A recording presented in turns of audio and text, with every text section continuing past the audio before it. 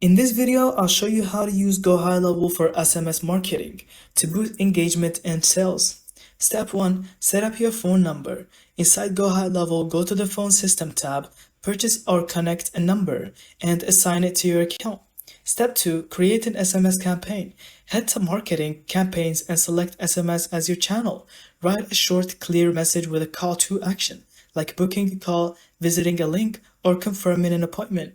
Step 3. Segment your audience. Use smart lists in GoHighLevel to group contacts by tags, interests, or behavior, so your texts feel personal and targeted. Step 4. Automate follow-ups. Build workflows where SMS messages trigger after a specific action, like a lead filling out a form or missing call. This keeps conversations active without manual effort. Step 5. Track performance.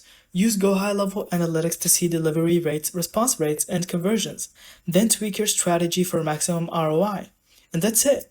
GoHighLevel SMS marketing makes reaching your audience faster, smarter, and more effective than ever. Thank you so much for watching. I hope you found this video helpful.